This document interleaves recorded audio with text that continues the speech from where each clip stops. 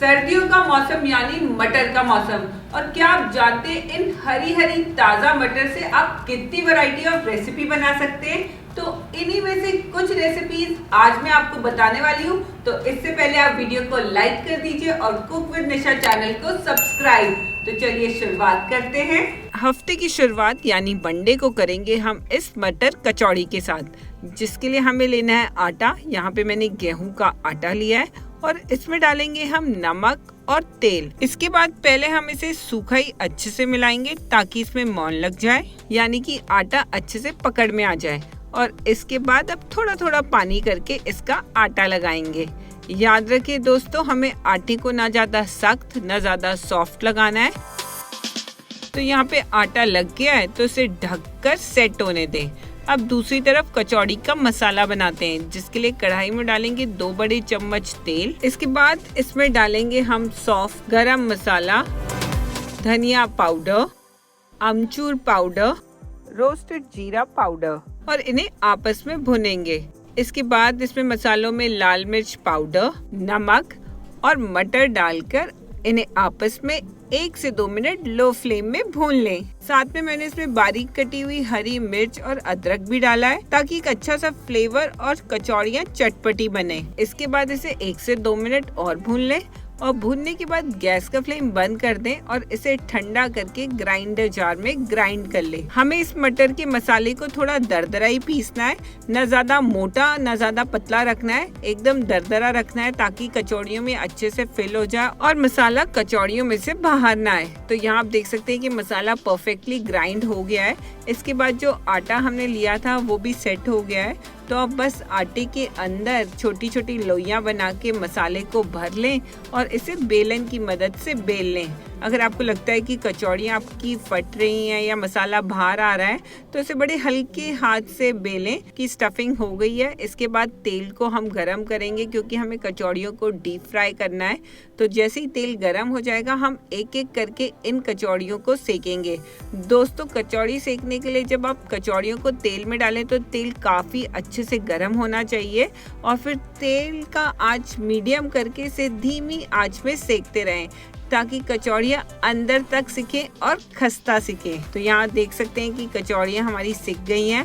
दोस्तों, देखने में जितनी ये मजेदार लग रही है, खाने में भी उतनी मजेदार थी। और मंगल को बनाते हैं ये मटर मखाने की सब्जी।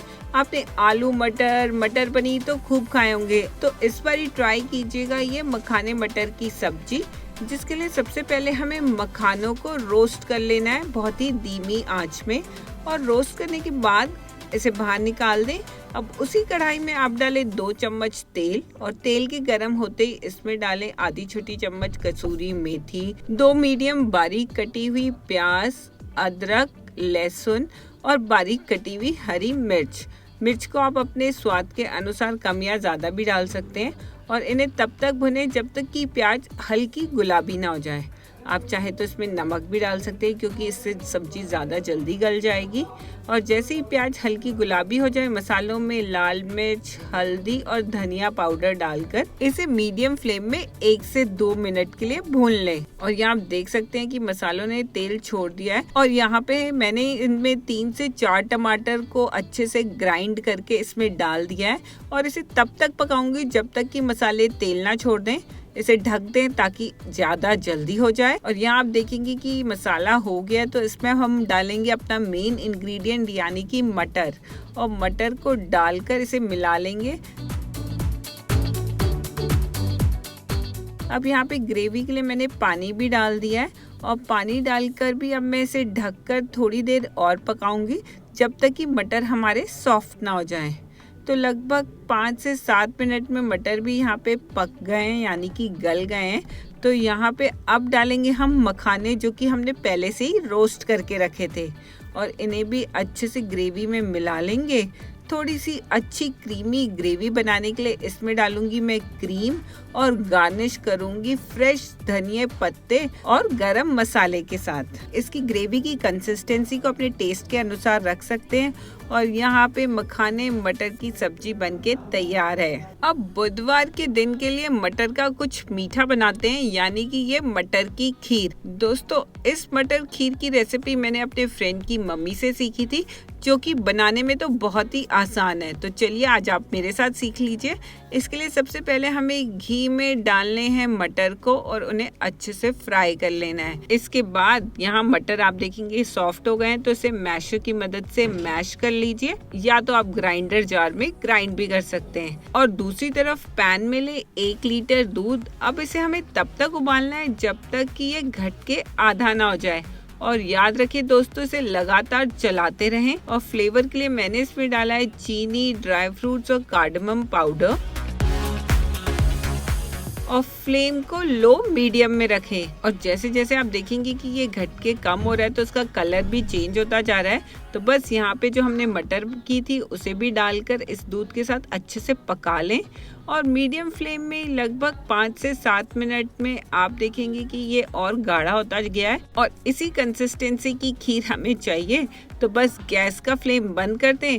और अगर आपको गरम खीर पसंद है तो इसे ऐसे ही खा लीजिए, और अगर ठंडी पसंद है तो इसे फ्रिज में रख के इसका मजा लें। थर्सडे के लिए बनाते हैं ये चिड़वा मटर स्नैक्स, जिसके लिए पैन में 3 बड़े चम्मच तेल को गरम कर लें। इसके बाद इस तेल में हम एक एक करके इंग्रेडिएंट्स को फ्राई करेंगे। जैसे कि यहाँ पे मैंने डाला है सबसे पहले करी पत्ता, उसके बाद ड्राई फ्रूट्स में डालें काजू बादाम, जो कि ऑप्शनल है, और हमारा मेन इंग्रेडिएंट मटर। और अब इन्हें तब तक फ्राई करें जब तक कि मटर हमारे हल्के से सॉफ्ट ना हो जाए।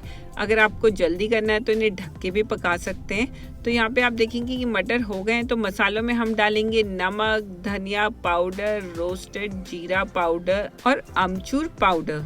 इसके बाद हम इसमें डालेंगे चिड़वा यानी कि पोहा। हमें चिड़वा और पोहा को एकदम ड्राई डालना है और इस मसाले के साथ हल्का सा फ्राई कर लेना है जब तक कि वो गोल्डन ब्राउन ना हो जाए। तो बस लगभग 3 से 4 मिनट में ये गोल्डन ब्राउन हो जाएगा। और इतना ही इजी था हमारा ये चिड़वा मटर स्नैक्स बनाना।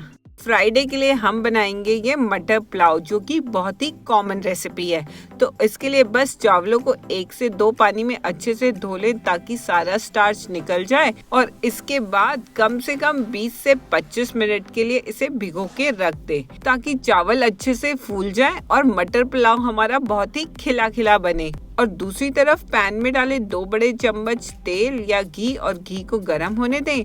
इसके बाद डालें खड़े मसाले। यहाँ पे मैंने डाला है लौंग, काली मिर्च, बड़ी इलायची, दालचीनी और तेज पत्ता। और अब इन्हें लगभग 30 सेकंड के लिए भून लें। इसके बाद इसमें जीरा भी डालकर जीरे को चटकने दें। जैसे ही जीरा चटकने लगेगा इसमें डालेंगे हम मटर और लंबी कटी हुई हरी मिर्च। साथ में हम नमक भी डाल देंगे और इन सबको आपस में 1 मिनट के लिए भून लेंगे। इसके बाद जो हमने चावल भिगोए थे उसे भी डालकर इसके साथ भून लें। और फ्लेवर के लिए यहाँ पे मैंने फ्रेश पुदीना लीव्स भी डाले हैं। भूनने के बाद दोस्तों चावलों में पानी डालना है। पानी में ऐसे चावलों के हिसाब से डालना पड़ता है, लेकिन जो चावल मैंने लिए उसमें मैंने 1 कटोरी अगर चावल लिए तो उससे दुगना पानी डाला है। हर एक चावल की पानी एब्जॉर्ब करने की कैपेसिटी अलग अलग होती है, तो पानी आप उसी हिसाब से डालें और इसे लगभग 7 से 8 मिनट के लिए पकने दें। और यहाँ आप देखेंगे 7 से 8 मिनट बाद ये मटर पुलाव बनके तैयार है।